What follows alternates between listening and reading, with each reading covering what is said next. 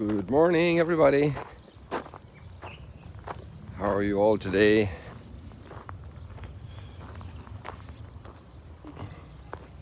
Let's take a peep here and see how the water's coming up.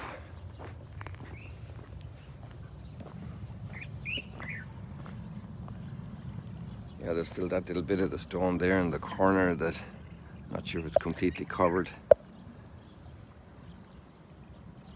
If the water was totally still, what it would look like.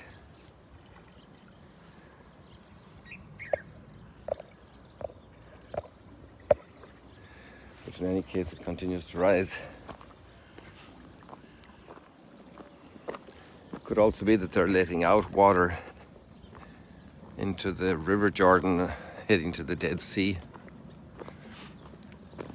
I'm not sure if they have a view of the eventual weather, like longer term. There's a good likelihood that there'll be more downpours. But we're getting towards the end of the rainy season, or the potentially rainy season. Sometimes it's very little. People, I want to do something practical for you first, just a little commentary. I first of all say thank you for all the people who follow. Let's do it this way here so you can see the sunshine. There we go. So basically the idea is the following. I've been getting a couple of recommendations that I should do the live streams on YouTube and then put the link on Facebook. And I don't want to make the decision hastily, so I'm getting some more opinions and just wanted to tell you, usually it shouldn't be a problem for people who use Facebook to use YouTube. The contrary is more the case. People who use... Now there we are. So I will check obviously with a few more people who are more technically adept at these things than I am. I know how to copy and paste, not much more than that. So the idea is to live stream on YouTube. So YouTube is more private. People don't have to reveal themselves as much.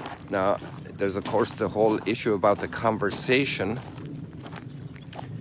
But I think you can still write notes right away on YouTube. So that's one thing we need to check, because you have built, quite a lot of you have built a little bit of community here in the last 4 years. And actually in a couple of weeks it's going to be 4 years' time since we started these morning strolls. And I know that that's very valuable for a lot of you, because you know each other from all around the world and you pray for each other's intentions. And so we're all like one family, one community, part of the Magla family here. And this is a beautiful treasure to be able to make friends like this all around the world, and having followed each other and knowing when somebody in the family is not so well, and you all pray together and pray for that person, and that's a beautiful thing. So if you'd be well, the first practical thing I think would be for you to subscribe to the YouTube channel, and that's obviously a private thing that nobody knows you're subscribed to the YouTube channel as far as I know. So you have the link in the notes here, just check it out, and that way you get notified when the YouTube is going live. And I do a live every Friday evening anyway, already in German. Some German people were very helpful in reaching the first 1,000 subscribed members, which was a requirement to be able to live stream on YouTube. And that was about 3.5 years ago. It was in May, almost 4 years ago, in May of 2020, right? So that's just a little practical thing for today. I thank you again for all your faithful following and for your prayers, because at the end of the day, this is, or the beginning of the day, we do it. And the bottom line is that wherever God's word is read and we're being impacted and touched, and also even nature, because nature is God's first word. All this beautiful creation, it's his first word of huge love to us. He made us, and he made the whole world with the air we breathe, and the light that allows us to see everything, and our ears that can hear everything. So we're endowed by extraordinary love in the gift of nature, and that's why it's always beautiful to contemplate nature, and to hear the birds, and to see the flowers, and as the saying goes, to stop and smell the roses. I'm not sure if we're able to do that on YouTube either. Well, just wanted to tell you that that's being pondered at the moment. So let me know if that's if you have any issues with this, and we'll see. We'll try and have the best consensus and also the best preparation if we do make the switch. Okay, and the video will definitely be also available on Facebook afterwards, but the live would be on YouTube. Okay, doke. So today we have very nice theme cutting across all of the readings, and that is something that sometimes itches us the wrong way and bothers us, because we have a type of an allergy in our will, and that is how we relate to God's law.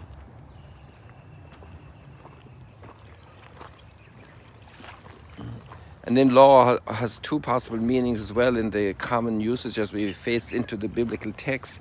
And one is a technical term, and the law and the prophets, right? The Torah. And that's actually not legalistic laws. It is much more the whole of the Torah teaching of the 5 books of Moses, the law. The first 5 books, as they're so classically called, traditionally called the 5 books of Moses. So then that the law is a very broad term, so it's the whole revelation of God, of our own identity, of who we are, of our life and our life's purpose. So the law is a much broader thing than like you have to do this or don't do that. That's also there's those aspects of our life that are highlighted and instructed to thrive with the law. And in our time we're very legalistic, so we have laws that tell us we can't drive in this street, and you have to fill out this form, you have to get a license to drive a car, you have to reach a certain age to qualify for a certain thing. So obviously every society needs to regulate the relationships, and also to have consequences when people don't respect the relationships. But then we can also become very, very legalistic. We want everything regulated, and there's very little room left for the heart and the mind. And it's can be a very subservient type of relationship to the law. And the scripture is really not like that, although there's a common element in both, that we have a rebellious nature through our fallen nature. God didn't make us rebels, but we have a rebellious nature, and we resist not deciding for ourselves everything.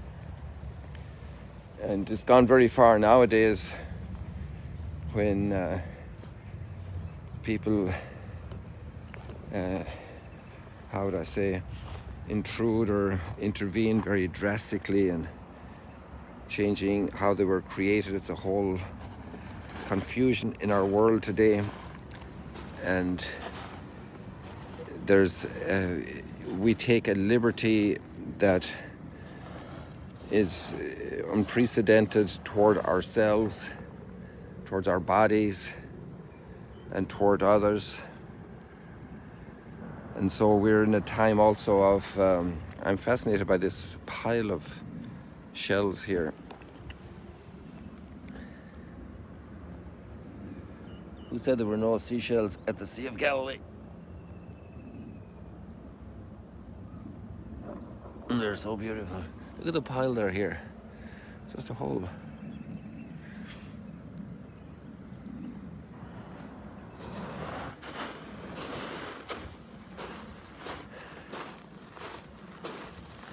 So the readings today help us to appreciate and to love God's laws. They are so wise. Sometimes children are in a tug of war with their parents over certain behaviors. Maybe other families have different standards, different background, different culture, and deal with them in a different way. And children can be maybe a little annoyed over that, or a lot annoyed. But afterwards, when they realize what their parents have done for them and how they've trained them to become very dedicated in their studies, a regular pattern of learning, regular pattern of outdoors and dressing properly and interacting courteously and generously with others, then afterwards, even though it was maybe hard at a certain moment, they are much more grateful that their parents led them along those pathways of growth.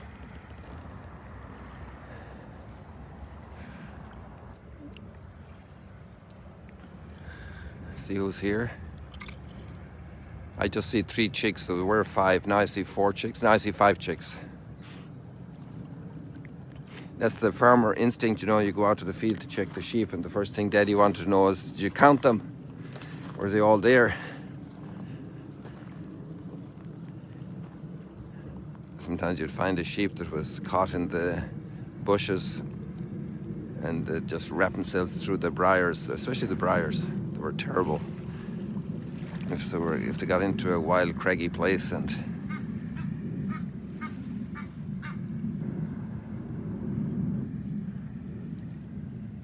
you had to undo the briars from the wool.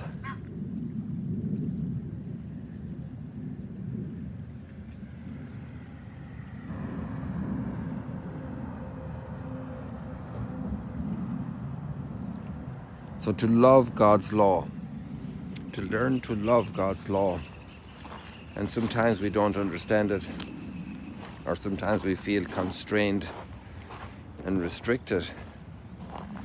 But like if we go to just the major statements of God's law, let's say the Sabbath rest.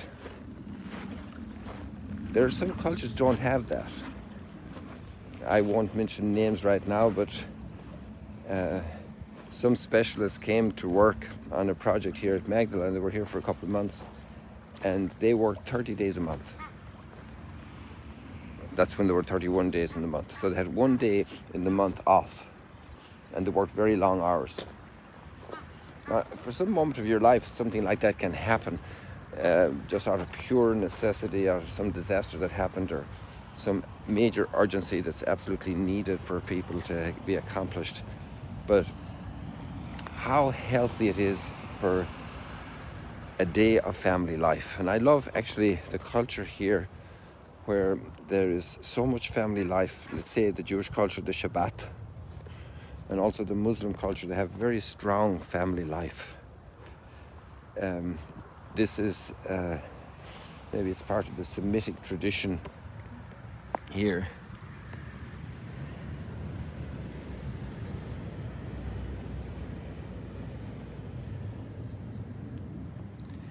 There's just a lot of dedication to it. And we need that. We human beings need that. And in certain sense, some of our very advanced, economically, technologically advanced cultures, we've lost that great treasure where there's very little family life. I remember in the one country, I won't say the name right now, in Europe when I was there, this was probably in the mid-90s or maybe earlier, in the early 90s. And I got to know a family, and the grandparents were visited by a son and his family once a year for 2 hours the day after Christmas. And they only lived 20 kilometers away. Obviously there can be some rifts and wounds that happen, but when a culture lives of great isolation and is atomized, then that's a very big challenge. That's a very big challenge for the human being. So we need the support of family. And then there are many aspects of God's law teaching us about the family. God not only loves each one of us individually, but he also loves family. Because that's what he created, family at the beginning. And God's law supports that very much. The whole story is built around families. And look at how Jesus did it here. He got all these fishermen coming after him, following him from around the lake, and others too that weren't fishermen, tax collector, and in Nathaniel from Cana, he can't have been a fisherman, there was no fish over there. And they all form one very closely knit community. The building of great relationships, friendships, togetherness. Now, Israel, hear the statutes and decrees which I am teaching you to observe, that you may live and may enter in and take possession of the land which the Lord, the God of your fathers, is giving you. Therefore I teach you the statutes and decrees as the Lord my God has commanded me, that you may observe them in the land you are entering. Observe them carefully.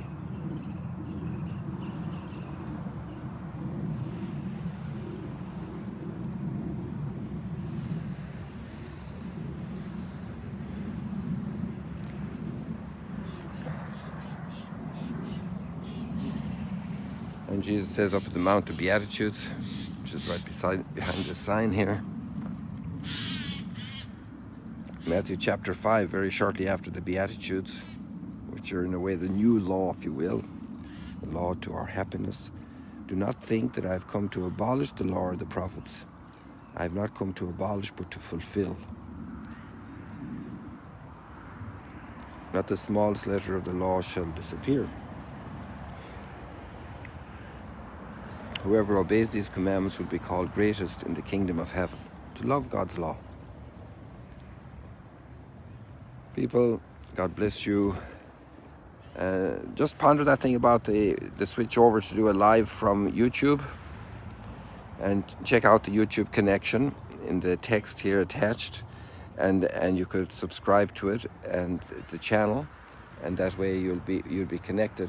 I haven't made a final decision yet. I'm going to ask a couple more people who are better at this than me, and also I take into account your thoughts and suggestions. God bless you all. A change can be a little bit of a challenge, but hopefully it would work out then very well. This is what I'm being told. Hey, one last thing up here in the mountain. Just saw a cow up here. You know, I'm a farming boy, so I have to take note of this. There's another one over behind there, on each side of that pylon. God bless you people. See you later, alligators.